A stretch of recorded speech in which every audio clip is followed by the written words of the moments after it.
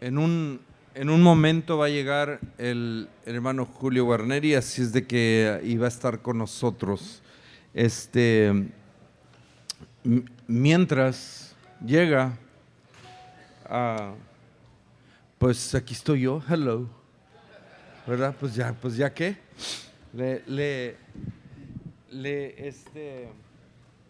Estaba Adán en el jardín del Edén y llegó un día por la tarde del trabajo y le pregunta a Eva, dice, Eva, ¿me amas? Y Eva lo miró y luego miró alrededor y dijo, pues ¿a quién más? Hello. Así que no estoy aquí porque quiero. Hello. Sí, pues ¿quién más? No, al menos que se anime a alguien que está aquí, que quiera tomar el lugar. A ver, ¿hay alguno? ¿Hay un hombre de fe? Todos dicen. No, déjeme acomodo bien aquí. Ahí está, ahora sí. El micrófono, el café también. Un hombre de fe tiene que tomar café, ¿no? Yo tengo un programa que se llama Fe, Café y Fruto, ¿verdad? Basado en Hechos 2, 42 al 47, donde dice que la iglesia primitiva permanecía en la doctrina de los apóstoles, en la comunión los unos con los otros, en el partimiento del pan, y dice en la oración, y dice que Dios añadía cada día a los que habían de ser salvos. Entonces de ahí es de donde yo dije, aquí es donde me acomodo yo con el café, ¿no? Porque es fe, café y fruto. La fe es que permanecían en la doctrina, estaban estudiando, estaban firmes en la oración y luego tenían comunión, partimiento del pan. Ahí es donde entra el café, hello. Y luego Dios añadía cada día los que habían de ser salvos. Ahí está el fruto, fe, café y fruto. Qué barbaridad, tremendo. Bueno, déjeme acomodo aquí mientras llega el doctor Julio Guarneri. No se oye, ahí está. Ahí está. Y el hermano Fernando Rojas nos está ayudando con eso.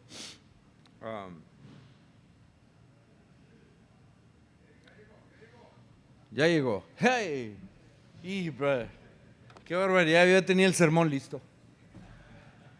Y ahora, hermano, como les decía, déjenme presentar a ustedes el director ejecutivo, el doctor Julio Guarneri. Gracias. Adelante. Gracias, hermano.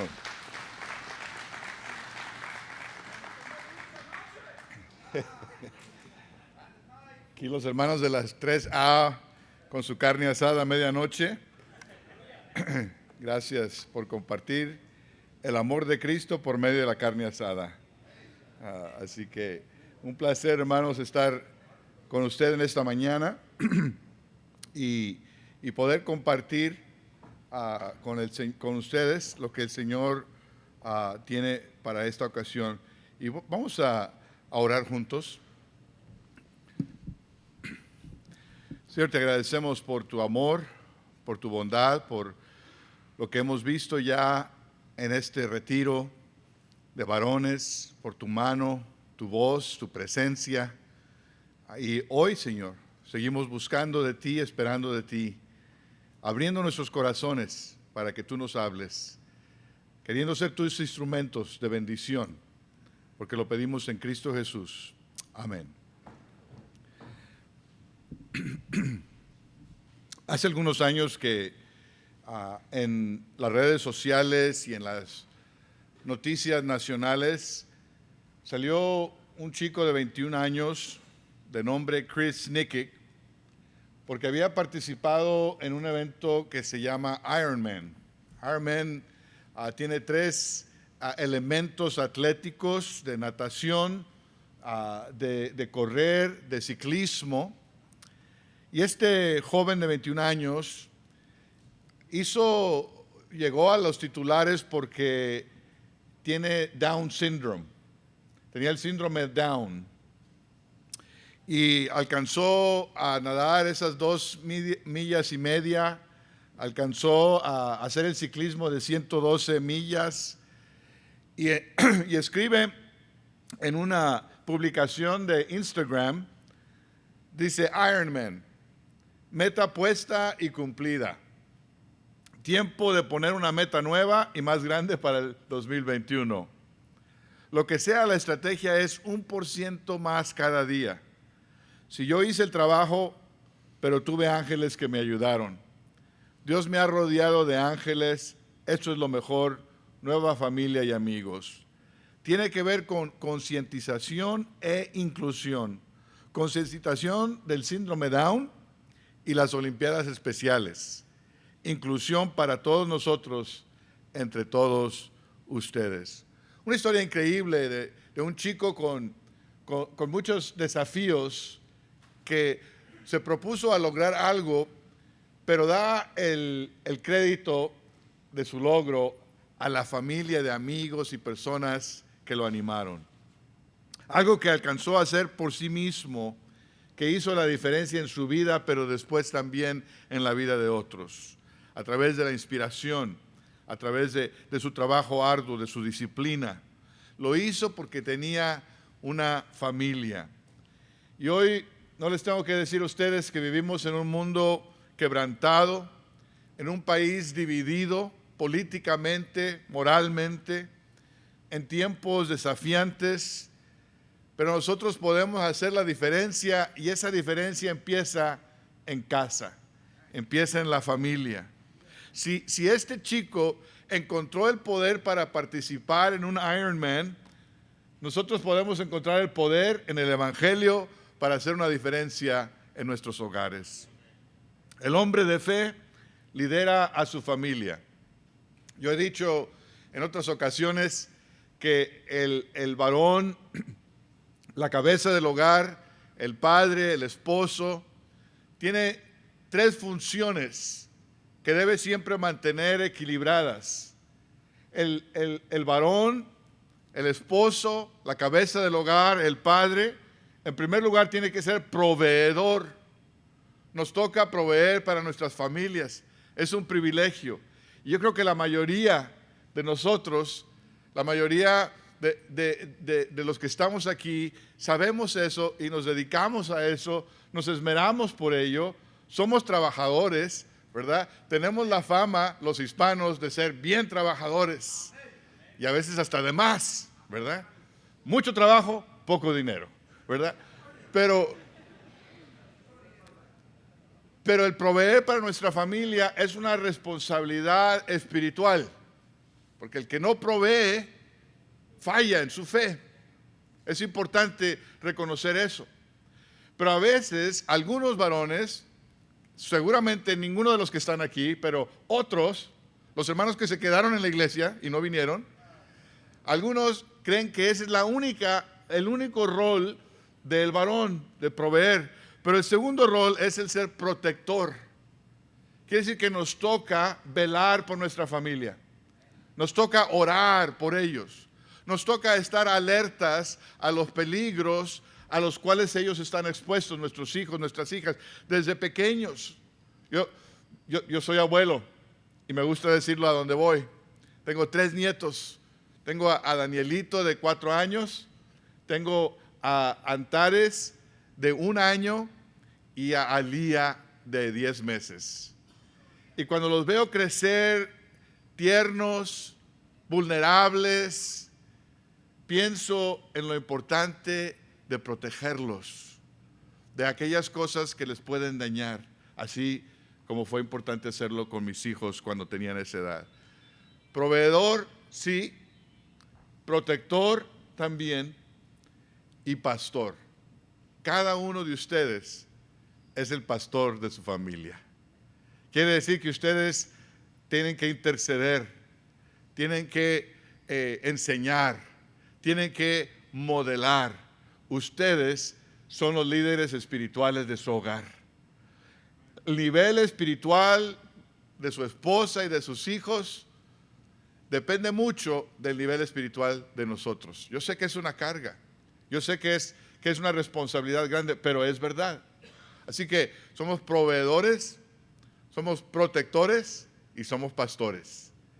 Y es importante que mantengamos eso en equilibrio, porque a veces nos enfocamos demasiado en lo de provisión y descuidamos lo de pastorear. O nos enfocamos demasiado en lo de protección y a veces somos los gendarmes, la policía de la familia, pero no hay ese pastorado donde platicamos, donde oramos, donde apoyamos en los momentos difíciles de la vida de nuestra familia. Así que es importante recordar esos tres.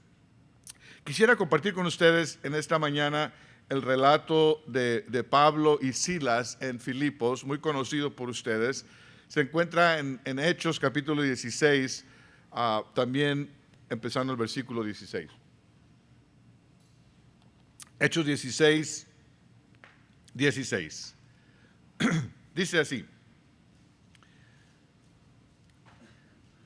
una vez cuando íbamos al lugar de oración, nos salió al encuentro una joven esclava que tenía un espíritu de adivinación.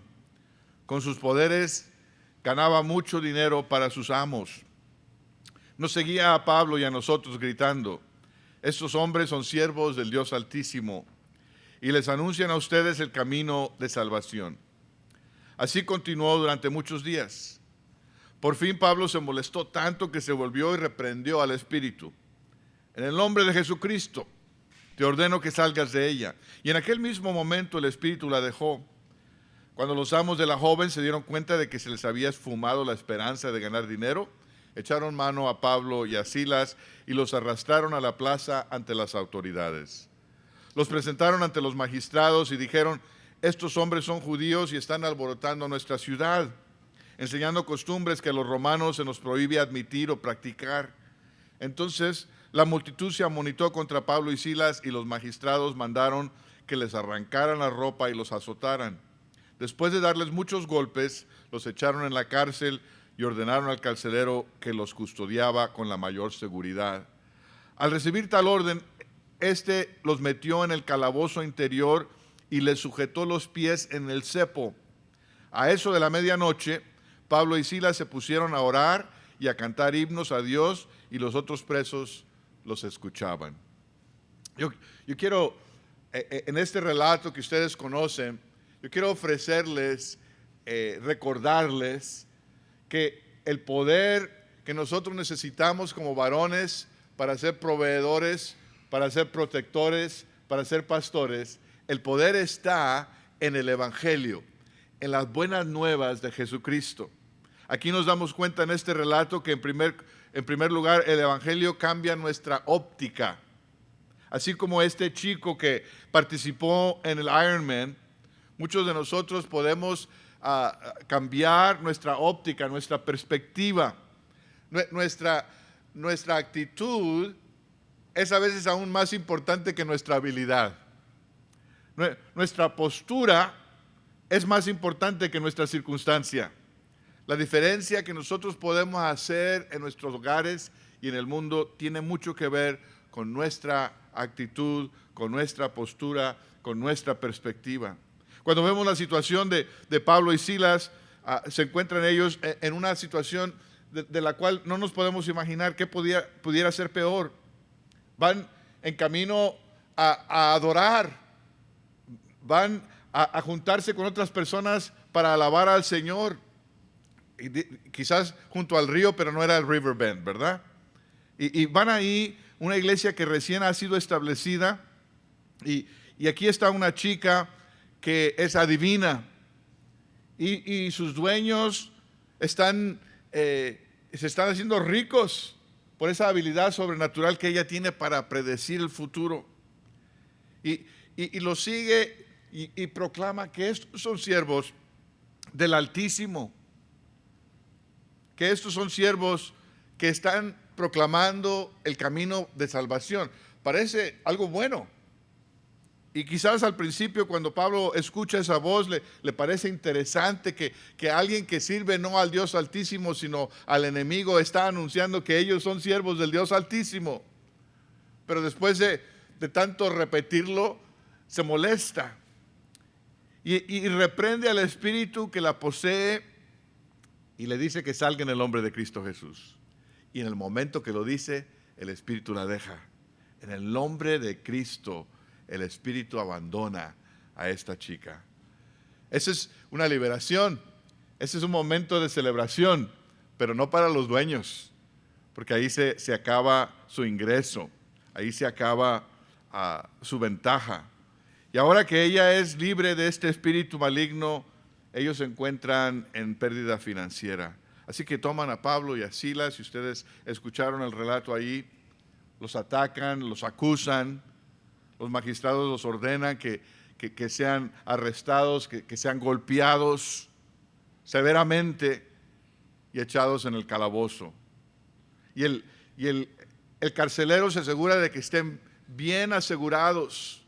Ahora ustedes imagínense a Pablo y a Silas en la mañana, así como hoy en la mañana, iban con gozo y anticipación, listos para alabar al Señor con otros creyentes, pero en la tarde se encuentran en la prisión, atados por haber liberado a una muchachita de un espíritu maligno. Están azotados en la peor situación posible que se pudieran encontrar. Yo me pregunto, ¿cómo yo hubiera respondido a esa situación? A veces yo mismo me percibo de las cosas que me quejo. Yo no sé ustedes si se quejan de alguna cosa, pero yo me quejo del tráfico, me quejo que se tardan mucho en el drive-thru de Whataburger, me quejo de que no me trajeron lo que yo les ordené, me quejo de las noticias, me quejo de los programas en la televisión, y a veces cuando me doy cuenta de las cosas de las cuales me estoy quejando me da vergüenza. Cierto que no todo ha sido fácil para mí, he pasado por pruebas y ustedes seguramente, como el hermano lo decía anoche, han pasado por sus pruebas. Seguramente hemos pasado por momentos difíciles, yo los he pasado, pero nunca he estado en un calabozo frío después de haber sido azotado casi hasta la muerte por haber liberado a una niña de un espíritu maligno. Yo me pregunto si me hubiera encontrado en la situación de Pablo y Silas, si hubiera cuestionado mi fe, si hubiera dudado, si hubiera titubeado. Pero ¿qué es lo que hacen Pablo y Silas? ¿Cuál es su respuesta en esta circunstancia tan horrible? Oran y cantan himnos. Ese día ellos iban en camino a alabar al Señor, pero esta noche no ha cambiado su propósito de alabar al Señor, aunque sus circunstancias han cambiado. Y eso es lo que el Evangelio hace. Cambia nuestra óptica, cambia nuestra perspectiva, porque nuestra naturaleza humana es enfocarnos en las circunstancias. Nuestra naturaleza humana es el darnos cuenta de las injusticias que quizás estemos sufriendo, el sufrimiento, las cadenas. Pero el Evangelio cambia nuestra óptica porque nos ayuda a ver más allá de las circunstancias. Nos ayuda a saber que hay un Dios que sigue en el trono.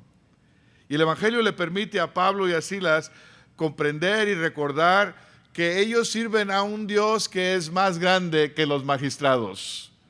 Que el Espíritu de Dios ha dado el poder a Pablo y a Silas para ver que el Dios que ellos sirven puede ser más poderoso que las cadenas que en aquel momento los sujetan. Y entonces no se quejan de sus circunstancias, sino que adoran al Dios que está a cargo de las circunstancias. Oran y alaban al Señor, porque el Dios todavía los tiene en el hueco de su mano. Dios es más poderoso que cualquier cárcel, que cualquier prisión. A mis hijos, cuando crecían, les gustaba las caricaturas de VeggieTales y las canciones de VeggieTales. Y ahora mi nieto quiere que se las ponga cuando va conmigo en la camioneta, que le ponga las canciones de VeggieTales y le gusta escucharla una y otra vez. Y una de esas canciones en inglés dice, God is bigger than the boogeyman. En español yo creo que diríamos, Dios es más grande que el cucuy. Y a veces nosotros ya de adultos, es bonito que los niños sepan que Dios es más grande que el cucuy, pero a veces nosotros los adultos necesitamos recordarnos también. Dios es más grande que el cucuy. A veces necesitamos aprenderle de la teología de VeggieTales. Si realmente creemos que Dios es más grande que aquellas cosas. El Evangelio cambia nuestra óptica, nuestra perspectiva, nos recuerda del poder de Dios, nos recuerda del tamaño de Dios. ¿Qué tan grande es tu Dios? ¿Qué tan grande es tu Dios? Como Padre, como proveedor, como protector, como pastor. ¿Qué tan grande es tu Dios? Cuando consideras la situación de tu familia, la condición del mundo alrededor, necesitamos verlo por el filtro del Evangelio, por el tamaño de nuestro Dios. Porque si no, nos vamos a desanimar, si no vamos a pensar que nos toca a nosotros llevar toda la carga solos, pero necesitamos recordar, así como Pablo y Silas, aun cuando las circunstancias son adversas, podemos confiar en el poder de Dios. En segundo lugar, podemos ver que el Evangelio cambia a nuestro opresor. Vemos a nuestro alrededor todo lo que sucede, el odio, la violencia. Cada día escuchamos alguna noticia esta semana de aquellos que murieron ahí en una escuela en Georgia. Hay homicidio, hay violencia, hay aquellos que ignoran a Dios, su diseño, pensando que pueden escoger si son hombres o mujeres, a veces queriendo cambiar el género de sus hijos antes de que sus hijos tengan la oportunidad de decidir. Y parece que la fibra moral de nuestra sociedad se está desintegrando si ya no ha sucedido. Y nos preguntamos por qué. Y empezamos a veces en nuestra frustración, empezamos a pensar que Dios y la Biblia no se aplican a aquellos que están tan alejados de Él. Podemos llegar a pensar que el mundo incrédulo nos oprime y a veces hablamos como si fuéramos víctimas del mundo, como si el mundo estuviera tomando ventaja de nosotros, como si el mundo no nos da los derechos a nosotros que merecemos como cristianos. Y pensamos, ¿por qué es que la gente no nos quiere? ¿Por qué no hacen lo correcto? ¿Por qué siguen haciendo aquellas cosas que no agradan a Dios? Y la Biblia nos da la respuesta en Romanos 1:18. Dice así, disculpen, Romanos 1:18. Ciertamente la ira de Dios viene revelándose desde el cielo contra toda impiedad e injusticia de los seres humanos que con su maldad obstruyen la verdad. Versículo 21. A pesar de haber conocido a Dios, no lo glorificaron como a Dios ni le dieron gracias, sino que se extraviaron en sus inútiles razonamientos y se les oscureció su insensato corazón.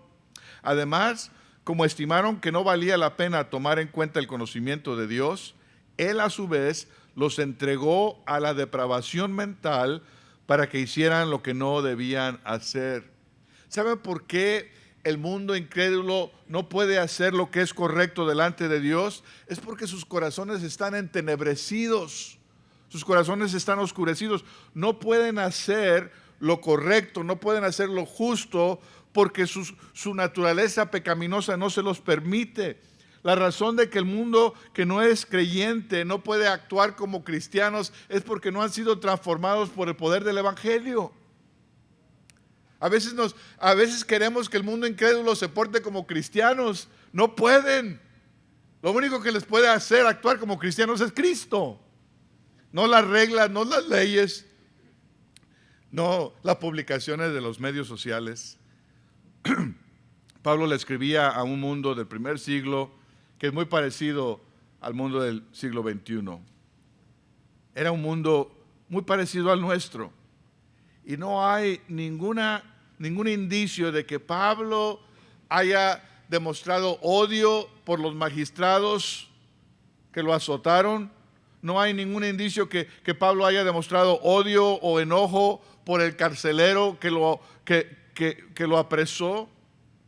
Pablo sabía que sus corazones estaban entenebrecidos y no podía esperar que ellos actuaran de otra forma más que con maldad, porque tenían una naturaleza pecaminosa.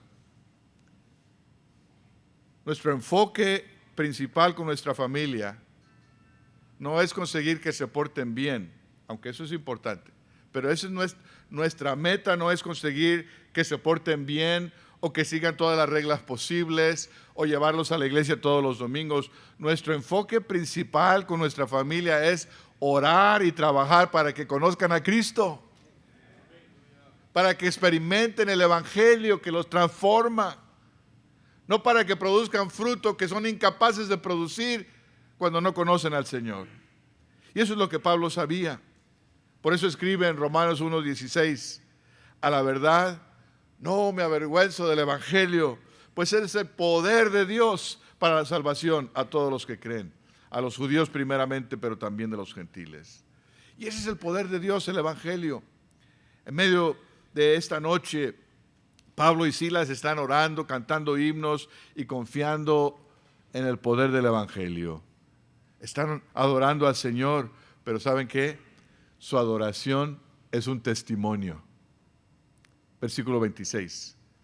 De repente se produjo un terremoto tan fuerte que la cárcel se estremeció hasta sus cimientos. Al instante se abrieron todas las puertas y a los presos se les soltaron las cadenas. El carcelero despertó y al ver las puertas de la cárcel de par en par, sacó la espada y estuvo a punto de matarse porque pensaba que los presos se habían escapado. Pablo le gritó, no te hagas ningún daño, todos estamos aquí. El carcelero pidió luz, entró precipitadamente y se echó temblando a los pies de Pablo y de Silas. Luego los sacó y les preguntó, señores, ¿qué tengo que hacer para ser salvo? Cree en el Señor Jesús, así tú y tu familia serán salvos, le contestaron. Luego les pusieron la palabra de Dios a él y a todos los demás que estaban en su casa, y a esas horas de la noche el carcelero se los llevó y les lavó las heridas. Enseguida fueron bautizados él y toda su familia. El carcelero los llevó a su casa, les sirvió comida y se alegró mucho junto con toda su familia por haber creído en Dios. Qué cosa tan tremenda. El testimonio de la adoración de Pablo y Silas fue tan poderoso que envía Dios un terremoto que sacude los fundamentos de aquella cárcel. ¿No les dije que Dios es más grande que el cucuy? Y las puertas fueron abiertas, las puertas de la cárcel de alta seguridad, porque Dios es más grande que el cucuy. Y el carcelero se despierta y ve que las puertas están abiertas. Inmediatamente él piensa que todos los prisioneros se han escapado, sabiendo que las autoridades romanas lo hubieran matado por haber perdido a los rehenes. Él decide terminar su vida. Si las autoridades romanas lo van a matar de cualquier forma de una vez, él se va a quitar la vida. Y Pablo le dice, no te hagas daño, todos estamos aquí. Eres salvo del castigo de tus superiores. Y fíjense, la pregunta del carcelero dice, ¿qué debo hacer para ser salvo? Es una pregunta muy interesante. ¿Qué es lo que está preguntando? ¿Salvo de qué? Ya se le dijo que todos están ahí, ya no está ahora con el temor de que sus superiores lo vayan a castigar, no está pidiendo salvación de sus superiores romanos. Lo que sucede aquí es que este carcelero se da cuenta que aquí hay algo más grande que el gobierno cívico. Aquí hay algo más grande que el imperio romano. El carcelero se da cuenta que lo que ha sucedido aquí es un poder sobrenatural que puede causar que dos rehenes azotados, que dos rehenes sujetados adoren a Dios en medio de sus circunstancias. Y se da cuenta que tiene que haber un Dios poderoso y vivo que ha causado que este terremoto llegue a ese momento. Lo que él está pidiendo es cómo puedo ser salvo de la ira de ese Dios. Consciente de su propio pecado, pregunta cómo puede ser salvo de un destino sin Dios. Está pidiendo cómo ser salvo del castigo de sus pecados.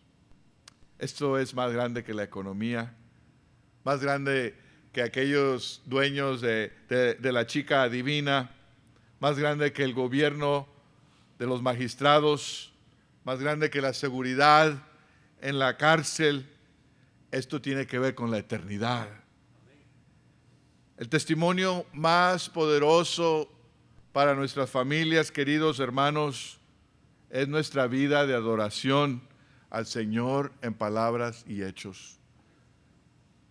Si queremos que nuestros hijos, si queremos que nuestros nietos, si queremos que nuestras familias sigan al Señor, nuestro testimonio tiene que ser como el de Pablo y Silas.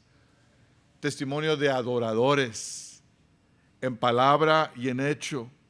¿Qué debo hacer para ser salvo? Pablo y Silas dicen. Pablo y Silas le contestan: tienes que portarte bien. No, ¿verdad? Tienes que ir a la iglesia los domingos. Tienes que dar tu diezmo. Tienes que estudiar tu lección de escuela dominical. No. ¿Qué debo hacer para ser salvos? Pablo y Silas no lo convencen de una doctrina, de una filosofía, de una lista de valores morales. Pablo y Silas no le dicen al carcelero que adopten una declaración doctrinal o que paguen alguna cantidad de dinero. ¿Qué debo hacer para ser salvo? Y Pablo y Silas le dicen: cree en el Señor Jesucristo y así tú y tu familia serán salvos.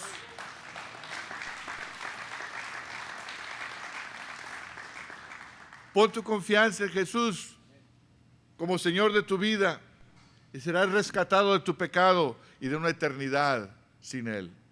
Ese es el Evangelio. Y el carcelero recibe este mensaje con su familia. El cuadro aquí es conmovedor porque Pablo y Silas tienen las heridas de haber sido azotados y así bautizan al carcelero y a toda su familia. ¿Se imaginan esa escena? Bautismos a medianoche. ¡Qué increíble! Imagínense a este carcelero, seguramente un hombre rudo, un hombre que no tenía mucha misericordia. No le dieron el trabajo por ser aguadito. Ese es un hombre que había visto mucho, que había hecho mucho, que había puesto a Pablo y a Silas en lo más seguro de ese calabozo. Y ahora que el carcelero cree en el mensaje del Evangelio, vean el cuadro, está curando sus heridas. ¡Ja! ¿Ustedes creen que el carcelero no tenía siervos a los que les podía haber dicho: oye, ponle ahí un curita porque se ve mal?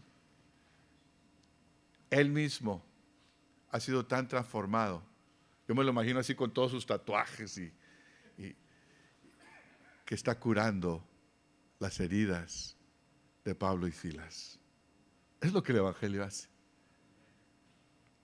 Ahora sus prisioneros se han convertido en sus liberadores. El Evangelio cambia a nuestro opresor. Pablo y Silas no cambiaron al carcelero con odio, no lo cambiaron con argumentos, no lo cambiaron con reglas, simplemente fueron fieles testigos del amor y la fidelidad de Dios. Y aun cuando nuestros hijos sean renuentes al Evangelio, aun cuando se rebelan y endurezcan su corazón, déjame decirte, Dios tiene el poder para cambiarlos. No importa qué tan lejos se hayan alejado de Dios, Dios tiene el poder para cambiarlos. Si Él puede cambiar a un carcelero en Filipos, puede cambiar a tu hijo, puede cambiar a tu hija. No a golpes, no a regaños, no con legalismo, sino con un ejemplo de fe y de piedad. Sé un varón de fe. Pablo y Silas nunca se hubieran imaginado que este carcelero tan endurecido se uniría a su iglesia. Si hubieran pensado, vamos a ir a Filipos y vamos a buscar a ver quién el Señor va a traer a nuestra iglesia como nuevos creyentes, me imagino que el último en la lista hubiera sido el carcelero en Filipos. No había mandado una tarjeta, no se había metido en la página web de la iglesia de Filipos. Era un opresor, era un enemigo, pero el evangelio lo cambió. Es el poder de Jesús. Hay muchas personas que el mundo ya ha echado a la basura, pero Dios no. Hay muchas personas que la iglesia piensa que ya no tienen esperanza, pero el evangelio siempre hay esperanza. El evangelio tiene el poder para cambiar al pecador más grande. Y en tercer lugar, el evangelio cambia a nuestro oikos. Algunos quieren cambiar al mundo. Yo les confieso que yo soy uno de ellos. Yo quiero ver que el mundo venga a conocer a Cristo. Pero ¿qué se requiere para cambiar al mundo? Algunos piensan que lo más estratégico es llegar a una posición de poder o hacer algún logro científico o hacer un cambio en las estructuras de gobierno. Algunos creen que la respuesta para el mundo de hoy es quién vamos a elegir como presidente de Estados Unidos en este noviembre. Algunos han puesto su esperanza ahí, pero yo les digo hoy que la mejor manera de cambiar al mundo es llevar el evangelio a nuestras familias. De familia en familia. Cuando el carcelero pregunta, ¿qué debo hacer para ser salvo? Pablo y Silas le dicen, cree en el Señor Jesucristo y así tú y tu familia serán salvos. Otras versiones dicen, tú y tu casa. El evangelio es cuestión familiar. ¿Qué quiere decir? Serás salvo tú y tu casa, o tú y tu familia serán salvos. Pues déjame decirte primero lo que no quiere decir, para que no malentendamos lo que dice el texto aquí. Esto es lo que no quiere decir. No quiere decir que toda tu familia se va a convertir inmediatamente el mismo día. En el caso del carcelero así sucedió, pero no siempre va a suceder en todas las familias. No quiere decir que tienes que estar todos los días dándole duro con la Biblia en la cabeza a tus hijos, tampoco. No quiere decir que tu única obligación sea arrastrarlos a la iglesia todos los domingos, aunque es importante ir a la iglesia. La palabra que se traduce aquí, casa o familia, es la palabra en griego oikos. Quiere decir todos los que viven en aquella casa en el primer siglo, en el mundo grecorromano, incluía a los padres, a los hijos, a los abuelos, a los siervos. Era la familia extendida. No como algunos piensan que la familia es papá, mamá y los hijos nada más. Es la familia a la mexicana, es la familia a lo latino. Cuando nosotros hacemos cuestiones familiares, no nada más es papá y mamá e hijos, ¿verdad? Las fiestas de cumpleaños vienen tíos, vienen primos. En las bodas vienen familiares que no conocíamos, pero son familia. Y aquí habla del oikos. Si tú crees en el evangelio, dice la Biblia, te cambiará a ti y a tu casa, a tu familia extendida, tu oikos. Muchas veces se usa la palabra oikos aquí en este pasaje. Lo vimos en el versículo 31. Versículo 32 dice, luego les expusieron la palabra de Dios a él y a todos los demás que estaban en su casa, en su oikos. A esas horas de la noche el carcelero se los llevó, les lavó las heridas, enseguida fueron bautizados él y toda su familia, su oikos. El carcelero se llevó a su casa, le sirvió comida y se alegró mucho junto con toda su familia, su oikos, por haber creído en Dios. Es que el autor, el Espíritu Santo, no quiere que perdamos de vista que el evangelio es una cuestión familiar. Cambia a nuestro hogar. no solamente al carcelero en Filipos, sino a todo su hogar, a toda su familia. A veces hemos sido culpables de sobreenfatizar el aspecto individual de responder al Evangelio. Es cierto que nuestros hijos no pueden ser salvos por osmosis. No pueden llegar al cielo simplemente porque sus padres o sus abuelos eran cristianos. No pueden ser salvos porque tuvieron padrinos o padrinas que estuvieron ahí cuando fueron bautizados de niños. Pero también es cierto que cuando el Evangelio entra a un hogar, tiene el poder para cambiar esa familia. Que cuando papá recibe las buenas nuevas de Jesús, va a impactar a toda su familia. El Evangelio cambia nuestro oikos. La salvación es una decisión personal, pero tiene un efecto que se aplica a toda nuestra familia. No tiene que ver solamente con ir al cielo. A veces pensamos, recibir a Cristo es mi póliza de seguro para llegar al cielo contra incendios. Sino, además de nuestra seguridad de vida eterna, la salvación tiene que ver con que el reino de los cielos venga a la familia, con que el reino de Dios venga a nuestro hogar. Y cuando el Evangelio cambia nuestro hogar, puede cambiar al mundo.